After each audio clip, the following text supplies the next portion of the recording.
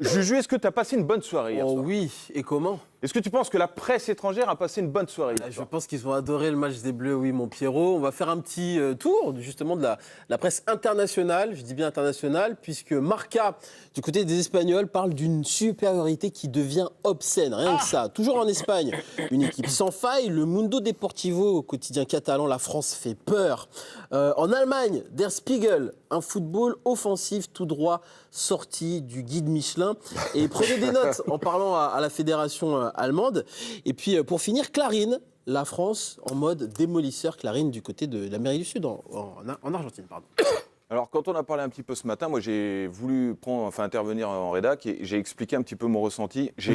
Dans mes souvenirs les plus profonds des Coupes du Monde, j'ai jamais vu ça de ma vie, dans le sens où une équipe met tout le monde d'accord, en fait, même dans les phases de poule. J'ai souvenir des champions en Coupe du Monde, justement, qui sont allés loin, mais qui ont eu un démarrage difficile, où c'est compliqué, où ils cherchent un petit peu à mettre la mayonnaise en place. Mais ça, personnellement, j'ai jamais vu ça de ma vie. Il y a le Brésil 70 que j'ai pas vu, mais dont j'ai lu un petit peu certaines choses, qui m'ont rappelé ce que j'ai vu depuis le début de la compétition. Et en fait, j'ai l'impression qu'on est en train de dégager notre talent à la face du monde. Ouais, mais la défaite. Les deux. Mais j'ai l'impression qu'on jette à la face du monde, en fait, notre talent. Alors, c'est incroyable de performance. Et de beauté. hier, on s'est régalé. Honnêtement, grand kiff. On commence à vieillir et on en a vu des Coupes du Monde des Français, mais grand kiff. Cette Coupe du Monde et hier soir, vraiment la maîtrise, ce jeu d'aller de l'avant face à une équipe rugueuse. Il y avait tout pour que ce match soit haché. Ils l'ont rendu magnifique parce qu'en fait, cette volonté, techniquement, c'est magnifique. Vraiment, on s'est régalé. Maintenant, en bossant l'émission un petit peu ce matin, quand je lis sur le conduit que j'ai jamais vu une équipe aussi forte en Coupe du Monde. Tu connais mon goût pour l'histoire du football, donc effectivement, tu parles du Brésil 70, c'est la référence ultime, c'est pas eux qui va me dire le contraire. Les Hollandais 74-78, les Allemands en 2014 en Allemagne, je suis pas sûr qu'ils bégayent beaucoup non plus. Ils ont des matchs compliqués quand même. Hein. Oui, mais ils bégayent pas non plus des masses. Puis il y a ce 7-1 face au Brésil, qui est quand même pour moi un des trucs que j'ai jamais revu ça depuis. Il y a le Brésil de 2002, qui est quand même assez fort devant, notamment avec des individualités. Mais il n'empêche que cette équipe-là, on a envie pour l'instant de les mettre à ce niveau-là. Mais il faudra aller plus loin. Mais hier, c'est vrai qu'on finit le match, on se dit waouh, on est très content d'être pour les Bleus. Oui. Hier, on a pris une tarte, Mathieu, quand même, non? Oui, ce qui est sûr, c'est qu'elle arrive encore à nous surprendre dans le sens où, à chaque fois, on se dit cette équipe est très, très forte sur le papier. Elle va peut-être nous décevoir et au final, elle ne nous déçoit pas. Pour le moment, à chaque match, quasiment, à part la première mi-temps du Sénégal, mais sinon, elle ne nous déçoit pas parce qu'au final, tu sens une force collective et à travers ça, tu as des individualités qui finissent par éclabousser en fait, ce collectif. Donc c'est dans ça qu'elle est vraiment forte. On les attend et elle répond présent. Maintenant, voilà, sur ta question, comme tu as dit, est-ce qu'on n'a jamais vu une équipe aussi forte ?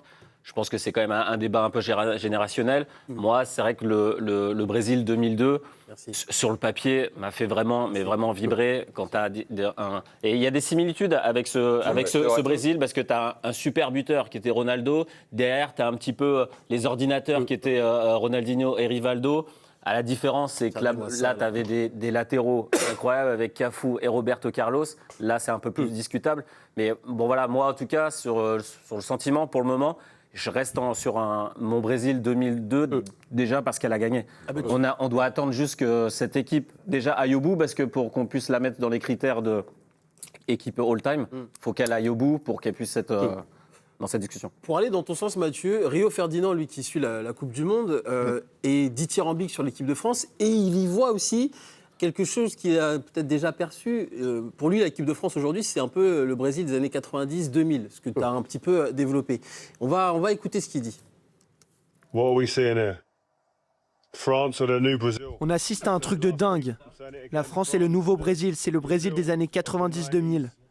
Ils ont un effectif de dingue, trop de qualité, trop de menaces, beaucoup de joueurs qui peuvent te tuer. La Suède a explosé comme un paquet de chips. C'est incroyable. Sweden are getting opened up like a packet of crisps. Yo-Yo, clairement, oui, clairement, cette équipe de France, elle est en train de marquer une génération. Oui, absolument. Et c'est vrai que Julien, tu as tout à fait raison avec cette phrase. Et c'est que moi, en plus, je suis un homme du passé. J'ai la passion du passé. J'ai fait des études d'histoire, histoire contemporaine. Et vraiment, on dit toujours que c'était mieux avant. Les souvenirs d'enfance, notamment. Moi, j'ai eu la chance, la Coupe du Monde de ma vie, c'est 86. Mais là, c'est comme pour le PSG depuis 2 ans. L'histoire s'écrit sous nos yeux. C'est-à-dire que c'est magnifique le passé, et j'adorerais toujours le passé. Mais là, sous nos yeux, il y a une équipe qui a écrit l'histoire. Dans 30, 40, 50, 60 ans, on parlera de cette équipe de France. Pourquoi déjà un truc? L'amour. Cette équipe, on l'aime. Elle nous donne à l'aimer à chaque instant, à chaque match. Parce que regarde Mbappé, ce qu'il fait hier après son but. Il va embrasser Didier Deschamps, qui a le plus grand des drames dans une vie. Il y a des émotions absolument incroyables. Dans les années 80, il y avait l'expression qui est restée 50 ans plus tard, le carré magique, Platini, Giresse, Tigana, Fernandez ou alors Gengini. Et bien là, on a un autre carré magique, mais qui est un petit peu plus haut sur le terrain. On a un carré magique d'attaquant.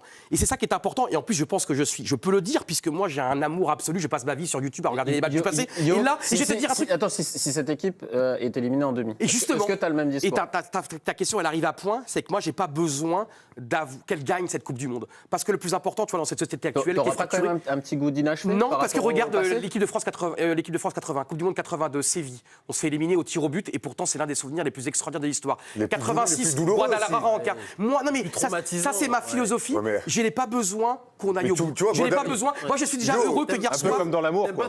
Yo, ta Coupe du Monde, ta Coupe du Monde, c'est la 86. Le quart de finale face au Brésil, génial. C'était comment la demi-finale face aux Allemands? Mais justement. Que tu ne joues mais pas. on l'a oublié. Que tu ne joues pas. Ben non, on l'a pas oublié. En fait, cette équipe, et c'est là que c'est intéressant, c'est qu'aujourd'hui, on a des joueurs quand même où on doit gagner. Alors, encore une fois, au romantisme qui nous régale, et c'est pour ça qu'on aime le foot, il faut y mettre un peu de pragmatisme. Et avec les joueurs qu'on a, il faut y mettre, une ambition collective. Contre l'Argentine en finale, on sera la honte. L'équipe de France des années 80, ce carré magique, c'est les beaux losers, c'est les magnifiques losers. Et c'est pour ça qu'on les a aimés. Et oui. Championnat des matchs amicaux. Yo-Yo, je peux te poser une question? Et justement, on les aime parce que là, ils gagnent, mais ils gagnent sans être arrogants. Excuse-moi, Pierre, excuse-moi. Non, mais tout à l'heure, tu parlais, on est en train de vivre un moment. Est-ce que dans ces Coupes du Monde-là, où tu nous parlais justement à l'ancienne et tout ce que tu as vécu, tu étais conscient qu'ils étaient en train de marquer l'histoire comme tu l'es actuellement? Oui, parce que déjà dans les années 80, comme tu dis, avec l'équipe de France de Platini, c'était tellement romantique, il n'y avait pas besoin d'aller au bout. Ouais, mais ils étaient moins attendus quand même. Et là, tu vois, ce que j'adore, c'est que là, regarde, tu as Mbappé, Olysée. C'est rare dans le football français qu'on ait eu une connexion aussi extraordinaire entre deux cracks. Tu vois, ça a été un petit peu compliqué entre Zidane et, par exemple, Thierry Henry. C'était pas... Et là, je trouve que ce qui est magnifique avec ces 4 de devant, il n'y a pas de jalousie. Ils ne comptent pas leurs stats. Ils ne comptent pas leur... Peut-être Mbappé, peut-être il va se dire, oh, peut-être ça ne sera pas moi le héros, ça sera... Et c'est-à-dire que je trouve magnifique aussi cette cohésion d'équipe. Tu sens qu'il n'y a pas de ressentiment. Il n'y a pas de... Oh putain, merde, ça peut être lui le héros et pas moi. Tu sens un collectif. Et, en fait, et le vainqueur sera ce groupe.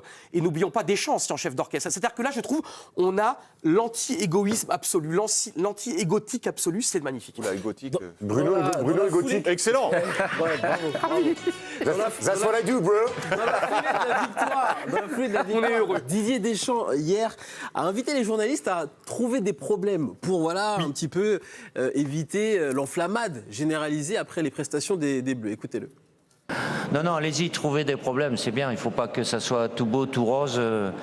On ne va pas tomber dans l'euphorie non plus. On est en 8e, il faut apprécier, même si ça semble normal et logique.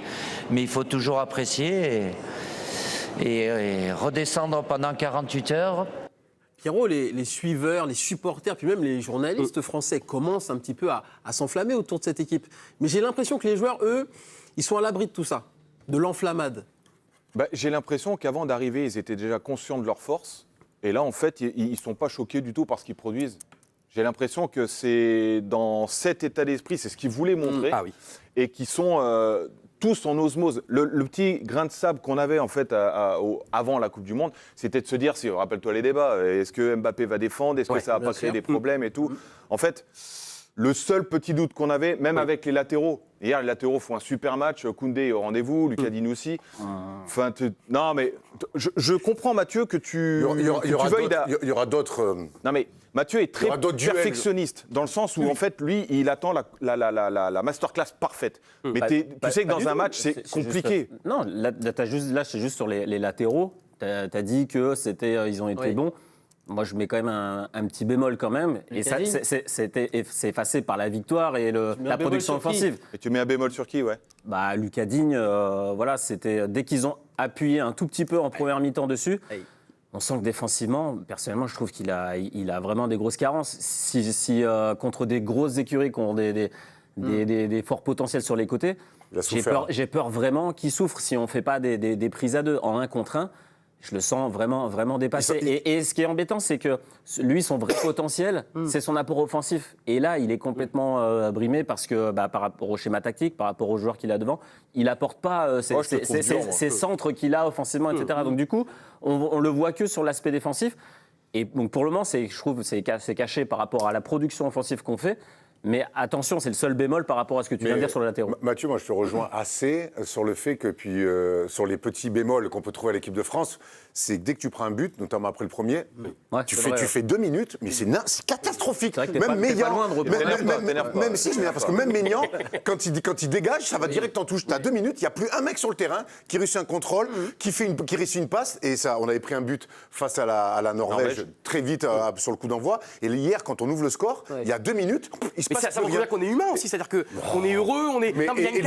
Et Lucas Digne, je vais te dire à un moment donné, il s'en sort très bien sur le 1-2 où il y a hors-jeu, parce qu'il fait une faute grossière, il y a pénalty, et il y a hors-jeu. Et heureusement qu'il y a hors-jeu, sinon il est pris, et la faute, elle est grossière, donc il s'en sort très bien. Pierrot, tu dis que tu n'as jamais vu une équipe aussi forte en Coupe du Monde, mais moi j'aimerais aussi parler de l'adversité pour le moment des Bleus, hormis la première période face au Sénégal où ils ont été en difficulté. Après, face à l'Irak, bon, c'était assez facile. Face à la Norvège, l'équipe C de la Norvège, assez facile. Hier encore, c'était simple pour les Bleus.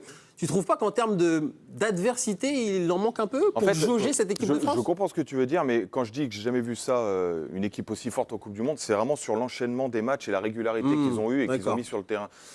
Je comprends, l'Irak, c'est pas le Brésil. Ils ont rencontré des nations qui étaient pas forcément les plus fortes. Mais on a vu l'Espagne. On a vu l'Allemagne. Galérer. On voit comme c'est difficile. On voit comme la Belgique aussi a peiné à marquer des buts contre des petites nations. Faut pas croire. Enfin, évidemment qu'il y a plus d'équipes. Mathieu en parlait l'autre jour. Il y a plus d'équipes dans cette Coupe du Monde, mais les nations, elles sont là et elles donnent leur life et c'est compliqué, quoi. Tu vois que c'est difficile de contourner des gros blocs défensifs. Et là, malgré tout, contre l'Irak, ils ont cette tendance qu'on n'avait pas avant à mettre la tête sous l'eau de l'adversaire. À rendre des matchs faciles. En étant roulant compresseur un peu. Là où je te rejoins, c'est que, en fait, quand en Coupe du Monde, tu es l'équipe de France et que tu joues ces équipes-là qui sont, quoi qu'il arrive, avant le coup de sifflet final, en dessous de toi où tu es grandissime favori, c'est aussi une qualité de se rendre des matchs faciles. Il faut arrêter de croire que quand tu arrives avec un statut d'ultra favori, hier contre la Suède, il pilonne. Tu arrives contre la Suède, tu es ultra favori. C'est une équipe, on l'a vu en première mi-temps, ils ont envoyé du bois, ils ont mis des coups, ils ont un peu truqué. Il y avait tout pour que ça soit les matchs pièges. On l'a déjà vu, cette équipe de France-là tomber dans des matchs pièges. Hier, ils se sont rendus par l'attitude, par la qualité technique, le match facile. C'est un grand bravo. C'est surtout par les individualités. C'est-à-dire que quand le journal allemand dit prenez-en note. Mais non, parce qu'en final, il y a un moment donné. Tu peux pas. Ah ouais, non, parce qu'il y a un moment donné. Il joue plus Malaquin, donc en fait. J'ai envie de dire, il faut quasiment le même match que les Allemands, sauf qu'il y a un moment donné, il faut qu'il y ait un joueur qui te sorte le truc. T'es un peu gentil avec le même match que les Allemands, quand même. Non, mais c'est dans le sens où ils ont la possession, ils ultra dominent et t'as une équipe qui ne sort pas. Mais il y a un moment donné, sur un bloc très bas et regroupé, il faut qu'il se passe quelque chose. Il faut qu'il y ait un dépassement de fonction. Il faut qu'il y ait un joueur qui peuvent créer des choses. Exactement. Donc c'est pour ça. Là, ce qu'ils disent, prenez des notes. Bah non, en fait, tu pourras faire ce que tu veux. Tu as d'avoir un sacré carnet de notes. Mathieu, je vais t'expliquer. Toi, tu es un ancien très bon footballeur. Nous, on est journalistes. Quand tu dis prenez des notes, c'est un vrai tacle que tu mets. Ils savent très bien qu'ils ne vont pas prendre de notes. C'est juste une manière de leur dire d'aller se faire voir. Voilà, c'est ce que je veux dire. Et Mathieu, c'est important aussi, dans une épopée, pour que ça rentre, même si cette équipe de France est déjà dans nos cœurs et dans nos tripes, mais un match aussi. Un match homérique, un match épique, un match où t'es mené, un match où ça va en prolongation, un match avec des retournements de situation. Mais ça a le temps de se revenir. 8e, ça, il leur manque ça pour le moment. Cherki avait prévenu. Parce que pour l'instant, Cherki avait prévenu. Oui, c'est-à-dire que dans dominer, dans rouler. Mais moi, j'attends aussi le match. Et j'espère que Paraguay ou Ankara, où on a les frissons, où on stresse, où on est mené de 2-1, de 0. C'est ça la Coupe du Monde. C'est ça la Coupe du Monde. Il nous faut une prolongation. Le France-Italie. Il nous faut un truc de dingue. Il nous faut de la souffrance. Il nous faut de la douleur. Il nous faut égaliser à la 93e. À un moment donné, en fin de match, après, c'est les 30 dernières minutes, on se dit bon, c'est plié, tu les vois. C'est vrai qu'il manquait. Des fois, tu te dis.